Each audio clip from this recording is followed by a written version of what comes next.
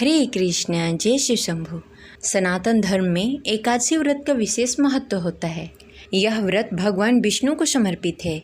हर साल श्रावण मास के शुक्ल पक्ष की एकादशी को सावन पुत्रदा एकादशी मनाई जाती है और सावन का महीना भगवान भोलेनाथ को समर्पित है और एकादशी व्रत भगवान विष्णु को समर्पित है।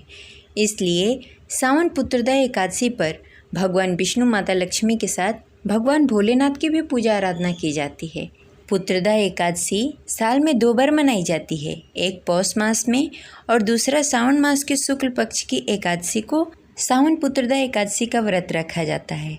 माना जाता है कि पुत्रदा एकादशी का व्रत करने से जातक को सुख समृद्धि की प्राप्ति होती है। इसके साथ ही पुत्र रत्न की प्राप्ति होती है। पुत्रदा एकादशी के दिन श्री हरि विष्णु के बाल अवतार यानी कि भगवान श्री कृष्ण की पूजा की जाती है। ऐसे में आइए जानते हैं कि साल 2025 में सावन पुत्रदा एकादशी कब है, पूजा का शुभ मुहूर्त और इस दिन कौन से योग्य बन रहे हैं। इस बार सावन पुत्रदा एकादशी पर बहुत असमंजस है कि किस दिन व्रत रखा जाए, क्योंकि इस बार एकादशी तिथि 2 दिनों की हो रही है। तो आज की इस वीडियो में हम आपका कन्फ्यूजन दूर करने वाले हैं, तो इस वीडियो को अंत तक अवश्य देखिएगा। अगर आपको जानकारी अच्छी लगे तो इस वीडियो को लाइक करके कमेंट बॉक्स में हरे कृष्णा जय श्री हरि अवश्य लिखें। हमारे चैनल पर व्रत कथा भी सुनाई जाती है, तो उसका आनंद अवश्य उठाएं। हिंदू पंचांग के अनुसार साल 2025 में सावन पुत्रदा एकादशी का प्रारंभ 4 अगस्त को सुबह 11:41 पर होगा। वहीं इसका समापन 5 अगस्त को दोपहर 1:12 पर होगा। उदय तिथि के अनुसार 5 अगस्त 2025 दिन मंगलवार को सावन पुत्रदा एकादशी का व्रत रखा जाएगा। एकादशी व्रत का पारण 6 अगस्त दिन बुधवार को सुबह 5:45 से 8:26 के बीच में आप कभी भी कर सकते हैं। इस दिन द्वादशी तिथि समाप्त होगी दोपहर 2:08 पर। आप द्वादशी तिथि समाप्त होने से पहले पारण कर लें। पुत्रदा एकादशी के दिन भद्रा काल के साथ साथ रवि योग का संयोग बन रहा है। रवि योग को अत्यंत ही शुभ माना जाता है। इस योग में श्री हरि विष्णु की आराधना करने से स्वास्थ्य लाभ, सुख समृद्धि और कार्य क्षेत्र में प्रगति के योग बनते हैं। साथ साथ पूजा का फल कई गुना बढ़ जाता है।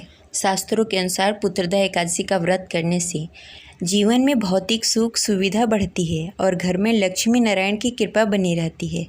विशेषकर वे दंपति जो संतान सुख से वंचित हैं, पुत्रदा एकादशी का व्रत करने से उन्हें संतान सुख की प्राप्ति होती है। इसके लिए यह व्रत अत्यंत ही फलदायी माना गया है। अब चलिए जानते हैं कि एकादशी के दिन श्री हरि विष्णु की पूजा आराधना कैसे की जाए। इस दिन सुबह सवेरे उठकर स्नान आदि से निवृत्त होकर स्वच्छ साफ वस्त्र पहने, घर के मंदिर को साफ करें, भगवान विष्णु के सामने दीप प्रज्वलित करें, व्रत का संकल्प लें। भगवान श्री हरि विष्णु के बाल अवतार यानी कि भगवान श्री कृष्ण की पुत्रदा एकादशी में पूजा की जाती है। तो भगवान श्री कृष्ण की बाल रूप की तस्वीर रखकर या लड्डू गोपाल जी को रखकर आप पूजा आराधना कर सकते हैं। इस दिन श्री हरि विष्णु के साथ माता लक्ष्मी, भगवान शिव और लड्डू गोपाल जी की विधि विधान से पूजा आराधना करें, भोग लगाएं, आरती करें और एकादशी के दिन एकादशी व्रत कथा अवश्य पढ़ें या सुनें, क्योंकि व्रत कथा के बिना व्रत अधूरा माना जाता है। और ओम नमो भगवती वासुदेवाय मंत्र का जाप करें। इस प्रकार भगवान विष्णु की विधि विधान से पूजा करके, आरती करके भगवान विष्णु का प्रसाद सब में वितरण करें और खुद भी प्रसाद ग्रहण करें। अगले दिन द्वादशी के दिन आप सुबह सवेरे उठकर स्नान आदि से निवृत्त होकर पुनः भगवान विष्णु और माता लक्ष्मी की पूजा करें और गरीब जरूरतमंद लोगों को दान दें, ब्राह्मण को दक्षिणा दें और व्रत का पारण करें। इस प्रकार व्रत संपन्न करें। ये रही आज की जानकारी। आशा करते हैं आपको अच्छी लगी होगी। तो इस वीडियो को लाइक करें और ज़्यादा से ज़्यादा लोगों को शेयर करें। मिलते हैं अगले वीडियो में, तब तक के लिए हरे कृष्णा, राधे राधे।